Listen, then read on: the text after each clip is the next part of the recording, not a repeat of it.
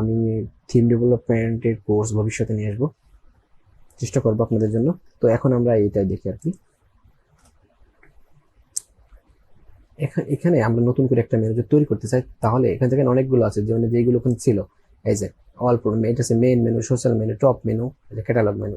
এইগুলো হচ্ছে পজিশনের নাম, মেনু পজিশনের নাম, এবং এই পজিশনের নামের সাথে মিল দেখে এরা এখানে আবার মেনু ক্রিয়েট করেছে। তো আমরা একটা মেনু ক্রিয়েট করব, এইটা হচ্ছে মেন নাম, মেইন মেনু যেমন ক্যাটালগ মেনু, এগুলো হচ্ছে এই পজিশন, মেনুর পজিশনের নাম। এই হোম পেজের এগুলো পজিশন, এটা একটা পজিশন, এই পজিশনের নাম টপ মেনু, এই পজিশনের নাম সোশ্যাল মেনু। তো এই পজিশনের মেনুর নামের সাথে মিল রেখে এখানে আবার মেনু ক্রিয়েট করেছে, এখানে যে ক্রিয়েট মেনু করেছে সেই নেমগুলো এই পাশে দেখাচ্ছে এবং পজিশনের নামগুলো এই পাশে দেখাচ্ছে। তো আমরা এখানে একটা ক্রিয়েট মেনু ক্রিয়েট করব। ক্রিয়েট করার পর আমরা এই মেনুটার নাম দিচ্ছি, ধরেন যে কি নাম দেব, অল ক্যাটাগরিজ, মানে আমাদের প্রোডাক্টে যত ক্যাটাগরি আছে সেইগুলো এখানে দেখাবো। তো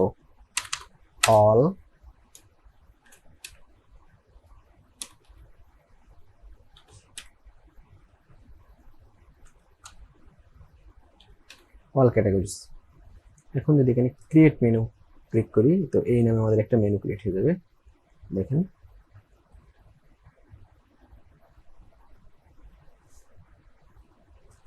আচ্ছা, এই নামে অল ক্যাটাগরিজ নামে একটা মেনু ক্রিয়েট হয়ে গেছে। এখানে মেনু ক্রিয়েট হয়ে যাওয়ার পর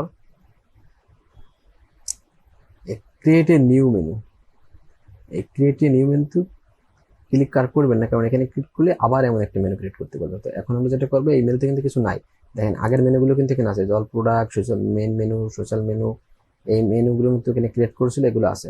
তো এইগুলো কিন্তু আমি বলছি পজিশনের নাম, পজিশনের নামের সাথে মিল রেখে এরা মেনু ক্রিয়েট করেছে। তো আমরা অল ক্যাটাগরি, অল প্রোডাক্ট ছিল, এই মেনুটা আমরা চেঞ্জ করবো, এই মেনুটা। তো আমরা এর নাম রাখছি অল ক্যাটাগরিজ,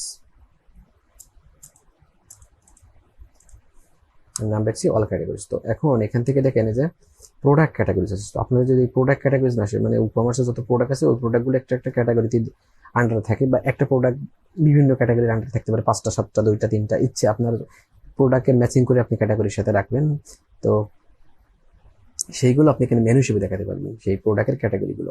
আপনার যদি এগুলো না আসে, তো আপনি এই স্ক্রিন অপশনে ক্লিক করবেন, এখানে এই যে দেওয়া আছে প্রোডাক্ট ক্যাটাগরি, সেটা ক্লিক করে দেবেন। ক্লিক করে না থাকলে তারপরে আবার দেখবেন এখানে চলে আসবে। এখন যদি আমি এটা এখান থেকে উঠাই দিই, এখানে এই করে, তো দেখেন এখান থেকে চলে যাবে, প্রোডাক্ট ক্যাটাগরিজ চলে গেছে, শুধু ক্যাটাগরিজ। এই ক্যাটাগরিজটা কিন্তু পোস্টের ক্যাটাগরি, এই যে পোস্ট, ব্লগ পোস্ট করেন সেই পোস্টের ক্যাটাগরি। তো এখন যদি আবার আমরা এখানে ক্লিক করি এবং এখানে যদি ক্লিক করি, তো এটা আবার এখানে চলে আসবে, প্রোডাক্ট ক্যাটাগরি চলে আসছে। আমরা এখানে আসবো, আসার পর আমরা এখান থেকে এখানে ক্লিক করলে অনেকগুলো আছে, তো এই সবগুলো আমাদের আসলে লাগবে না।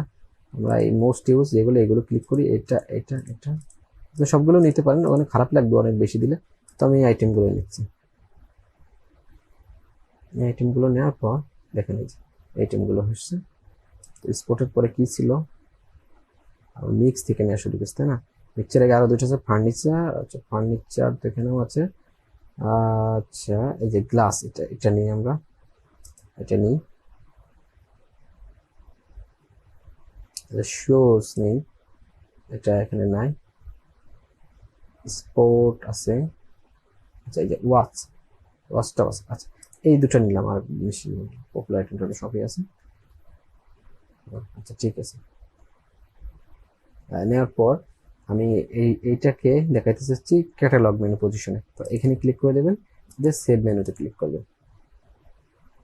ক্যাটালগ মেনু পজিশন আপনাদের আমি আগেই বলে দিয়েছি, হোম পেজে মেনু পজিশনের কিছু নাম আছে, সেই নামের সাথে মিল রেখে আবার এখানে মেনু ক্রিয়েট করে। তো আমি এটা দেখা যাচ্ছে ক্যাটালগ মেনু পজিশনে, তো এইটার নাম আছে ক্যাটালগ মেনু পজিশন। তো এই মেনু পজিশনে আমি এই মেনুটা তৈরি করে সিলেক্ট করে দিয়েছি, মানে এখানে মেনুটা তৈরি করার পর ক্রিয়েট মেনুতে আমরা মেনু ক্রিয়েট করেছি এবং সেটার একটা নাম দিয়েছি। তারপরে আমরা এখান থেকে মেনু আইটেমগুলো নিয়ে এটাকে আমরা ক্যাটালগ মেনু পজিশনে দিয়ে দিয়েছি। তো এখন যদি আমরা এখানে রিফ্রেশ করি, দেখেন এগুলো চেঞ্জ হয়ে যাবে,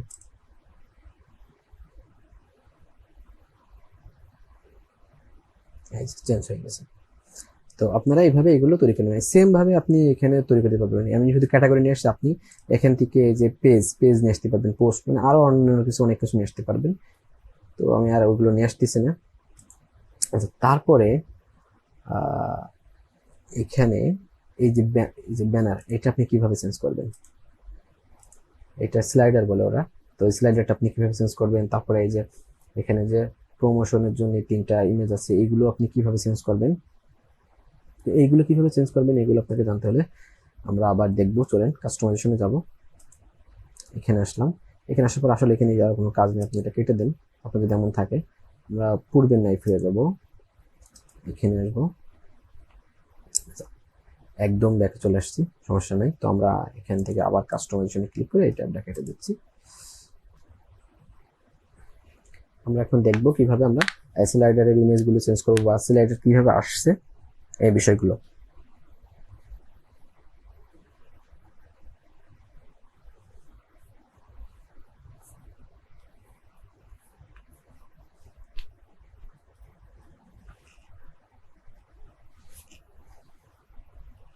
আচ্ছা, তার জন্য আমরা এখানে দেখবো এই যে এই পাশে এমন থাকলে আমরা এখানে দেখবো যে স্লাইডার অপশন, এই স্লাইডার, এটাকে স্লাইডার বলে। তো স্লাইডার অপশন এখানে ক্লিক করবেন, এখানে ক্লিক করবেন স্লাইডার সেটিং আছে একটা প্রমোশন, প্রোডাক্ট প্রমোশন। তো এখানে ক্লিক করলে এই 3টে চেঞ্জ করা যাবে। তো আমরা আগে এইটা চেঞ্জ করি, এখানে ক্লিক করলাম, এখানে চেঞ্জ করি। এই যে এই স্লাইডারটা আপনি কোন পেজে দেখাতে চাচ্ছেন, এখানে আছে ইন্টার সাইট অথবা ডিজেবল স্লাইডার প্রমোশন, এখান থেকে আপনি ডিজেবল করে দিতে পারবেন। তো আমি এটা ফ্রন্ট পেজ, আমি সব আমার এই সাইটের আরো অন্যান্য পেজ আছে, আমার check out page, block page, অন্যান্য পেজ আছে, তো সব পেজে দেখা যাচ্ছে ফ্রন্ট পেজে দেখা যাচ্ছে। তো ফ্রন্ট পেজে থাকবে।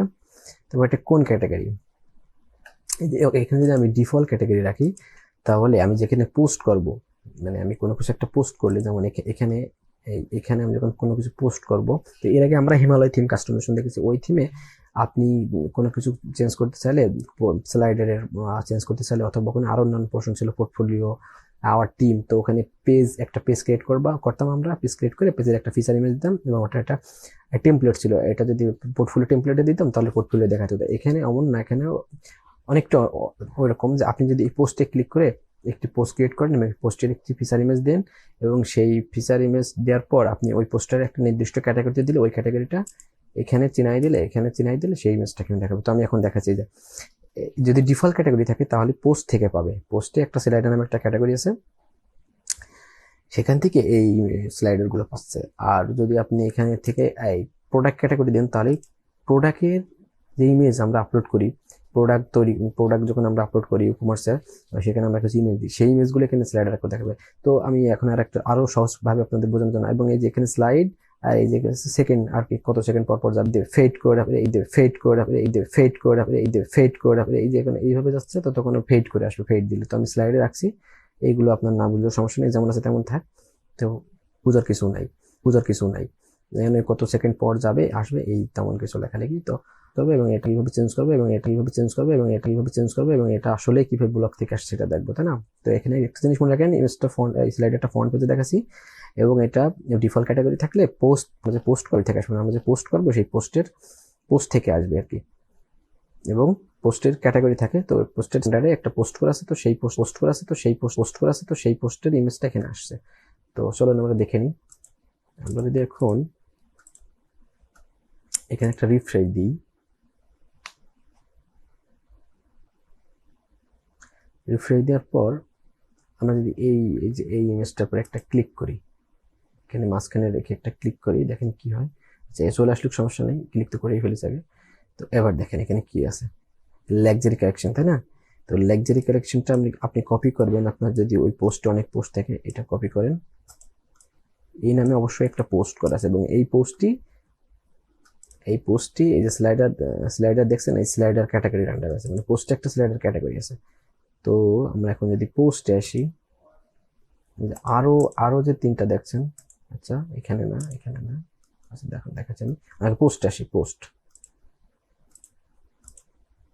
পোস্টে আসছি, আমরা এখানে ক্লিক করছি, এই লাক্সারি কালেকশন। এখানে যদি এখন আমি এডিট করি, দেখেছেন এটা স্লাইডার ক্যাটাগরিতে আছে। এবং একটা জিনিস বলে দিই, এই আপনার স্লাইডার ক্যাটাগরিতে আপনি যদি 4টে রাখেন, 4টে আসবে না, আপনি 3টে স্লাইডার দেখাইতে পারবেন। তো আপনার যে কোনো ক্যাটাগরিতে 3টে পোস্ট থাকলে ওই ক্যাটাগরিটা ওখানে দিলে তো সেই পোস্টগুলো ওখানে দেখাবে। আপনি যদি 4টে দেখান তাহলে আর একটাও দেখাবে না। তো চলুন আমি দেখাচ্ছি।